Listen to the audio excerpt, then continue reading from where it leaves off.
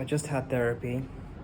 I want to try and document everything that I learned in therapy before I forget it, so I can come back to it, because I know that my mind will override these things. So I want to try and cement these thoughts while I have them. Hold on.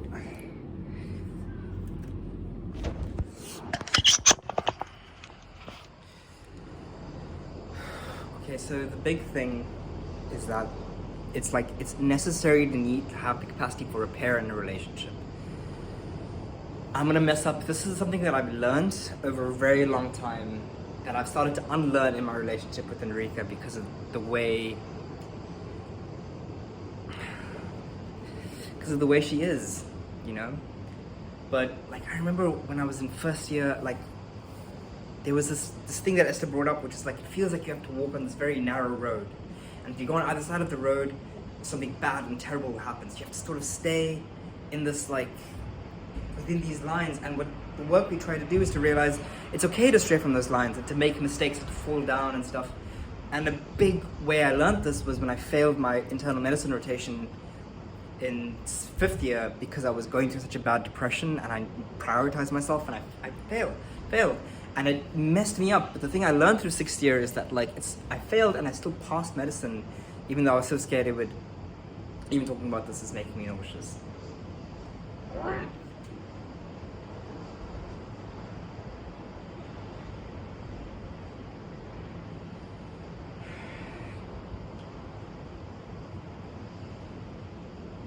It's, you know, so I thought I would fail, and I kept having these nightmares, like, can I be a teacher? What can I do if I can't get on to medicine? And it was so scary. And when I passed, it was like this confirmation that you can fall, and you can make mistakes, and even through the whole year, like, every time I made a mistake and I fell down, I was okay, I still passed, you know? I got through it. And in my relationships, there were mistakes that happened. Like, even with Gabs recently, like, this mistake happened where I said something and I didn't realize it would hurt her, and it hurt her, but she came to me and she spoke to me, and we were able to repair, and now we're closer than ever. With Vian, with that thing that I said, I did this very, like, painful thing to him, and he came back eventually, and he was able to repair, and we were able to repair that relationship, and we were closer than ever before we left Wits, you know? With my parents, with my family, like, with my sister, constant mistakes, but there's capacity for repair. Not always perfectly, we're not perfect. Obviously, in a perfect ideal scenario, which is probably therapy, there's a lot of space for repair. There's a lot of, like, space for repair. And sometimes you don't repair things 100%, you scar a little bit, and that's okay. You discuss things and you move forward, and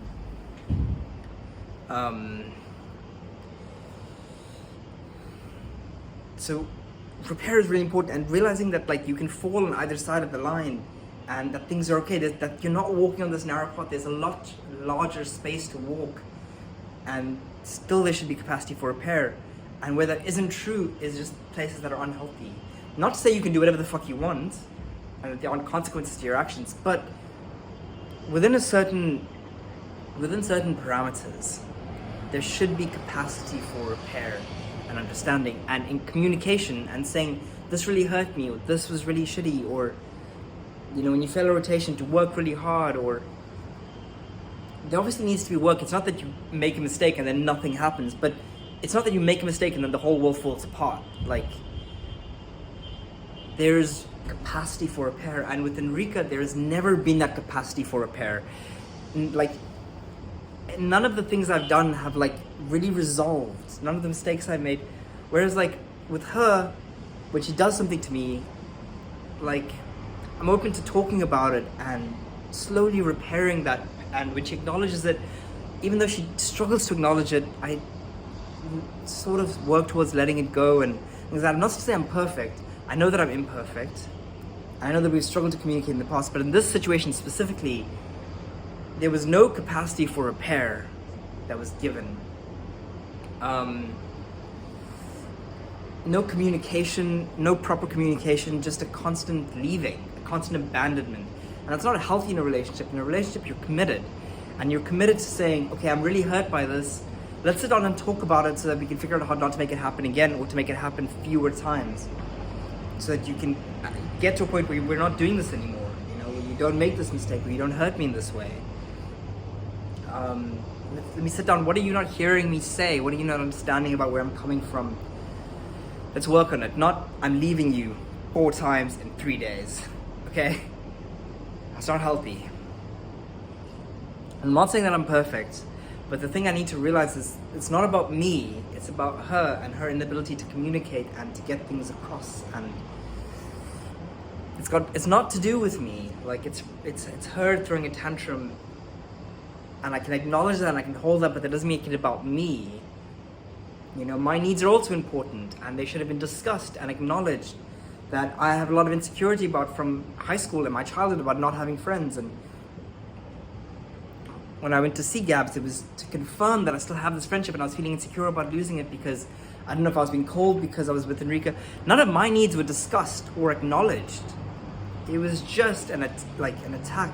It was just sitting down to talk about things, or saying, this really hurt me, or it was just, how could you do this? These are the bare minimums, really attacking things that made it seem like the road I could walk was this narrow, when it's not. Things you would say you don't do the bare minimum. This is the bare minimum thing to do, and you don't do it. And how could you do this? And even with things with the parents, it was how could you do this? This is the bare minimum. You're not thinking of me, where it's not that at all. The eating together thing, and she said, because we were eating together, and then she felt like I was eating too fast off the plate. She said we're never going to eat together again.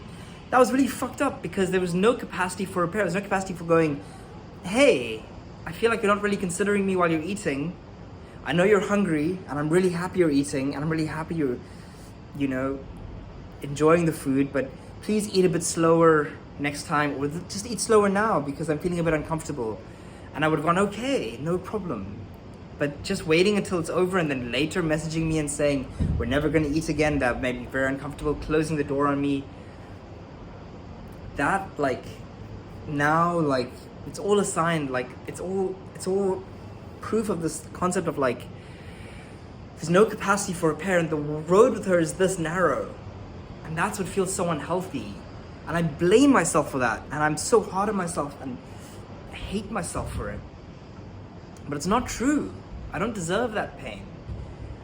Because I know I make mistakes, and it's okay to go, I know you ate really fast, and I know you didn't mean to, but I felt really hurt by it. Can you hold me? And I say, okay, I'm really sorry.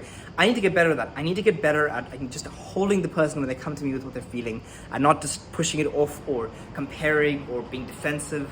I do need to work on that. But there should be a capacity for it. It's really hurt me. Or even if I don't want to do this anymore, okay, hey, I'm really sorry. Let's, can we not work on it? And then, okay, sorry, let's work on it. Don't do it in the future or whatever.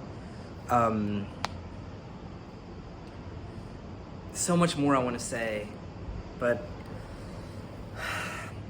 this is just something I want to be able to come back to, is there should be room for repair. There should be room for empathy and understanding and communication.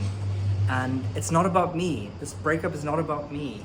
It's about her and the fact that she hasn't developed the capacity to repair. She doesn't have that fertile ground for mistakes to be resolved and communicated,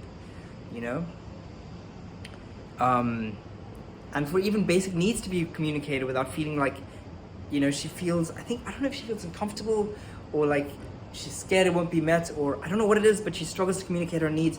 And when she does communicate her needs, she feels it's bad, now the need can't be met, or it's invalidated, or it doesn't count anymore, and I do get that to a certain degree, but I feel the same about certain things, but it doesn't mean you give up on the relationship or you abandon the relationship. It just means that you do the hard thing and you do communicate, which she just hasn't developed the capacity to do. And that's not healthy. And that's not about me.